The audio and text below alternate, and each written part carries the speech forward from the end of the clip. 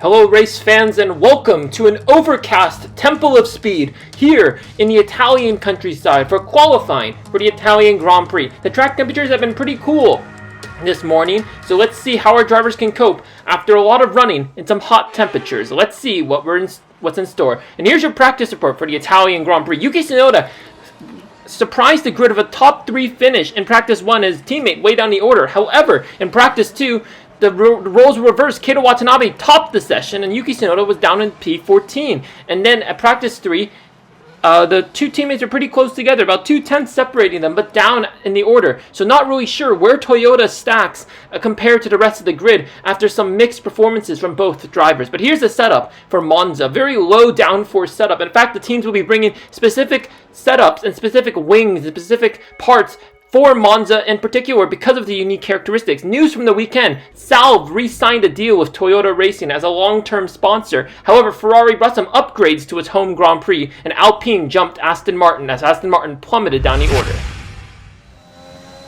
Here goes Keita Watanabe out of the Alboreto corner, and he's been impeded kind of in his lap by George Russell in the Williams.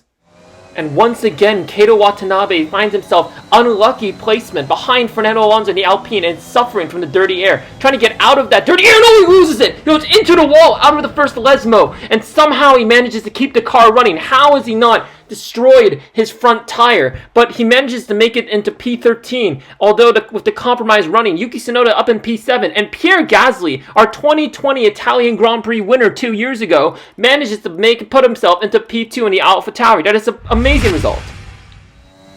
Out of the curva Alboreto for the Toyota driver as he barrels down towards the line, and he tops the session for 120.0 exactly. That is stupendous. I've never seen someone get a .00 like that. Watanabe's not improving on his final lap, but he makes it into Q3, P8 overall. And Yuki Tsunoda, unfortunately, out of qualifying. It looks like our 3 title protagonists, however, topped the top 3, and Antonio Giovinazzi unlucky in his home Grand Prix.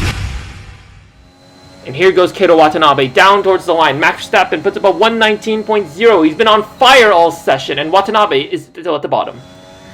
Purple second sector for the Toyota driver, but he goes wide through the curve at Alboreto, and that's surely going to make him lose some time. He's down a 1/10 of a second as he was, and he's only going to make it into P5. Max Verstappen makes it back-to-back pole positions after a win at the Dutch Grand Prix. Could another win be on for Italy? We'll have to wait and see. The Mercedes line up behind him. Daniel Ricciardo, impressive P4, and McLaren's Lando Norris down the order, and Pierre Gasly as well. It's called the Temple of Speed for a reason. We've been racing here since the 50s, and although it has changed a lot over the intervening years, the name of Monza is still synonymous with the Italian Grand Prix today. And at this old historic circuit where speed is king, let's see what our drivers can have in store for us. And here we go around this circuit, Monza circuit here in the Italian countryside. Only 2 DRS zones around this circuit. However, the slipstream effect is so powerful that drivers will be relying on it as they will hopefully try to make some moves into the first chicane and hopefully into the Ascari chicane. And here we go to the starting grid for the Italian Grand Prix. And there have been a few grid penalties amongst our drivers. In particular, our race winner last time out, Max Verstappen, who got pole position yesterday. However, news from the garage with an engine penalty throwing him back. So how can the other drivers, particularly the 2 Mercedes drivers, do? We'll have to wait and see as we head to the starting grid for the Italian Grand Prix. It's the Mercedes front row lockout now with Lewis Hamilton P1 and Valtteri Bottas P2 after Max Verstappen's engine penalty. Daniel Ricciardo gets promoted to P3 and Keita Watanabe in P4 as Perez 5th and Lando Norris gets promoted from 10th to 6th as Antonio Giovinazzi goes up the order and Verstappen down the order of an engine penalty. Sebastian Vettel 9th, Ocon 10th, Stroll 11th, and Yuki Tsunoda still in P12. The Japanese driver will be trying many moves in order to try and get to where his teammate is. George Russell 13th, Carlos Sainz down the order in 14th with a penalty, Raikkonen 15th, and Alonso with another penalty in 16th, Sato 17th, Latifi 18th, Charles Leclerc 19th, and Pierre Gasly 20th, with Nikita Mazepin and Mick Schumacher ending our grid. Let's see what the new engines can do. Speed is king, power is king around this circuit. Let's see what these engine penalties can do, and can they help promote their positions. 5 red lights. Here we are, the Italian Grand Prix. We're back in Monza. Let's see what we can do. It's the lights out, and away they go. It's an amazing start from the Toyota of Keito Watanabe, as well as the 2 Mercedes. They managed to block him off, and it looks like Lando Norris is being swarmed by the 2 Red Bulls, diving down the inside of Daniel Ricciardo. He goes, oh, does he make contact with Valtteri Bottas? I'm not sure, but Bottas is going to go around his teammate as Keito Watanabe does the same with Daniel Ricciardo. Goes up into P3, and Bottas overtakes Hamilton. This is a scintillating start. Let's look at the replay, and you can see Keito Watanabe gets off to an amazing start off the blocks, and he's in the slipstream of Valtteri Bottas, who has the move done on his teammate, Daniel Ricciardo. You can see him, he's trying to move over, and Watanabe, I think he was ready for the dive bomb, but Bottas, with the way his car was placed, just blocked off the gap he thought he saw, and that is some supreme reflexes and braking, as I'm sure he would have just barreled into the back of that Mercedes car. And that's Esteban Ocon. Unfortunately, the Alpine is out of the Italian Grand Prix with what seems like an engine failure. Let's look at the replay. As you can see, through the Variante della Roggia goes the Alpine. And yeah, it just looks like a gearbox failure, which a lot of drivers have been having gearbox failures over the last few races, as there's no smoke coming from the engine, so clearly not an engine failure in that regard. But Esteban Ocon, riding in the top 10, gets superseded by Yuki Tsunoda. Gearbox, guys. Gearbox.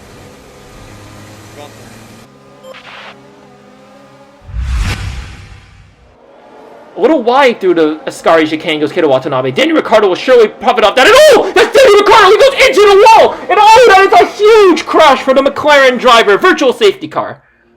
Let's look at this replay. You can see Daniel Ricciardo goes a little wide himself, and he gets unsettled on the balance on that curb, and he's so lucky not to shear off a tire. And he almost hits his teammate, actually. Look at this is Lando Norris coming down the straight as Daniel Ricciardo goes, oh! That is so close to the rear right tire. That could have easily been a double McLaren DNF. And Max Verstappen as well. So lucky to avoid contact with the out-of-control McLaren. It's good to see that Daniel Ricciardo is okay. But that is a high-profile accident. But he's lucky to just have the only damage to him and his car be in the front wing. And word is that the virtual safety car is being promoted to a full-course safety car as Daniel Ricciardo is still stranded on the track.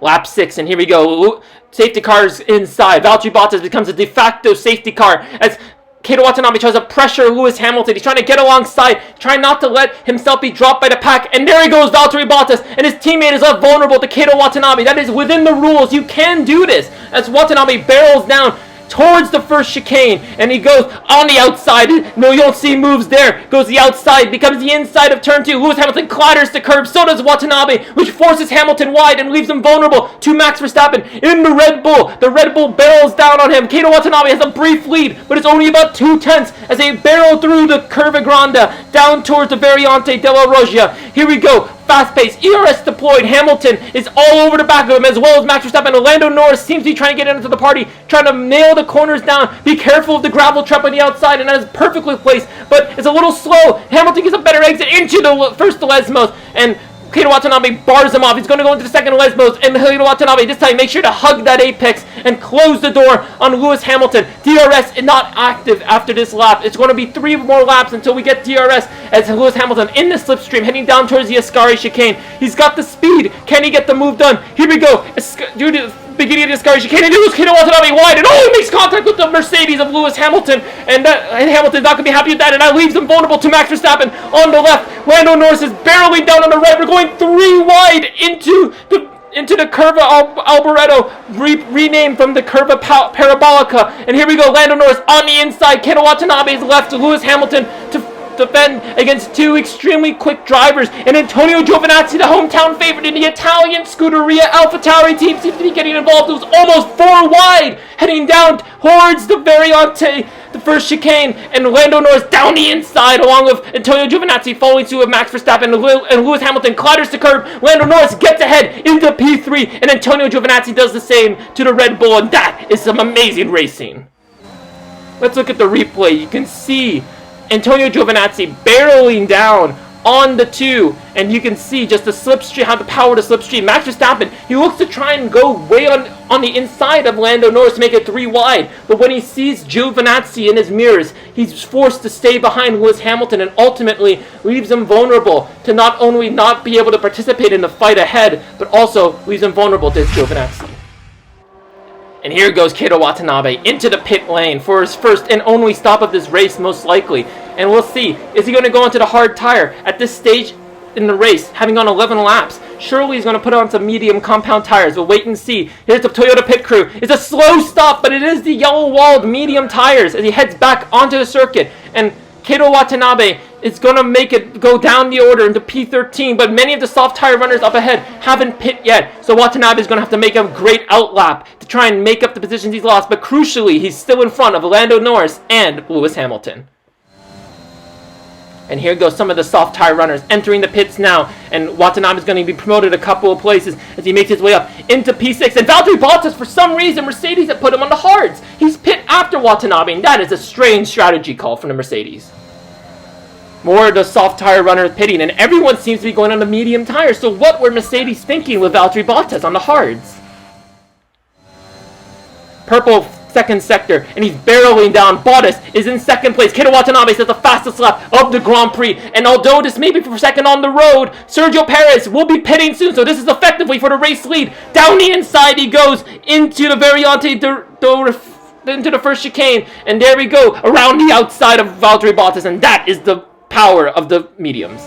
Let's look at this replay. You can see the DRS, ERS, and slipstream down the main straight around Monza. It's so powerful. Once you're the car in front without DRS, you're basically a sitting duck because you have no slipstream to benefit off of. And Valtteri Bottas, it did not help that he also had to deal with the cold, hard tires compared to Watanabe's rubbered-in mediums, and he's going to be very critical about that. Why the no one listens to me? Hell. And here goes Watanabe. Perez pits now for medium tires. Very long stint for the tire whisperer. But Keita Watanabe takes the lead of the Italian Grand Prix. Into the Curva Alboreto we go as Valtteri Bottas looks to make a move. He's very close to the Toyota driver, so he has been rubbering it on the hards. And he goes, oh, it's Kimi Räikkönen! Kimi Räikkönen loses it into heading down towards the Ascari, and that is surely going to be a safety car as the Alfa Romeo is positioned on the track. It is a safety car, and Keita Watanabe will be breathing heavily and be very thankful for that. Here we go, Kimi Räikkönen barreling down on Carlos Sainz and the Ferrari. Sainz blocks him off, as you can see, and oh, there we go, yeah, Kimi Räikkönen looks to try and make the move on the right, but with the DRS flap open, there's a lack of rear downforce to the car because of the wing being open, the air being flowed through the opening, and as a result, it's very easy to lose the back end like that, and Kimi Räikkönen. Look what the that idiot did. I was already turning and he almost took me off. That is a high-profile crash. Here we go, safety car coming in again. This is the second safety car in this crazy race, and Watanabe is going to be thankful that the safety car came out, because while Kimi Räikkönen is okay, he will be struggling with grip on those medium tires had he gone on till the end. This little safety car period would have allowed some grip as he bolts down the straight and leaves Valtteri Bottas on the hard tires in the dust. But he's closing in again, as I mentioned before. The slipstream down the main straight is so crucial to have, and Watanabe is going to be deploying a lot of battery trying to compensate for that. Into the first chicane we go. Only 7 laps remaining, but Bottas can put up a charge to try and make some positions. Lando Norris defending from Max Verstappen and the 2 charging Red Bulls, and Watanabe has nailed the safety car restart down. You would have thought he'd been practicing them forever. Oh no! It's an Alpine nightmare as Fernando Alonso also retires from the race.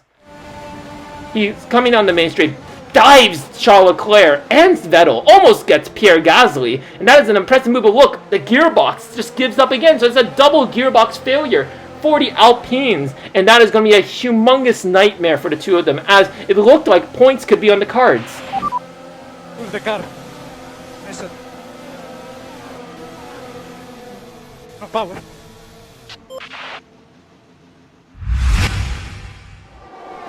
Here goes Max Verstappen in the slipstream of Lando Norris. DRS not yet activated. Lando defends the inside, and here comes Verstappen barreling down on the outside. There's a lockup from Lando Norris. That's surely going to compromise his entry, but he gets the outside, which is arguably the better line in the second part of that chicane, and he passes Verstappen with the Red Bull hot on its tail.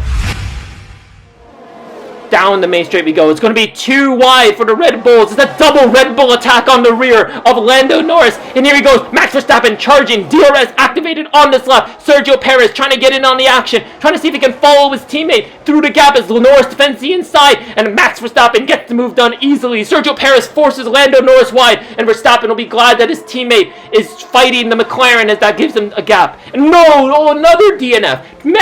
Many drivers retiring from this race as George Russell has a colossal engine failure, his second DNF in a row. Sorry guys.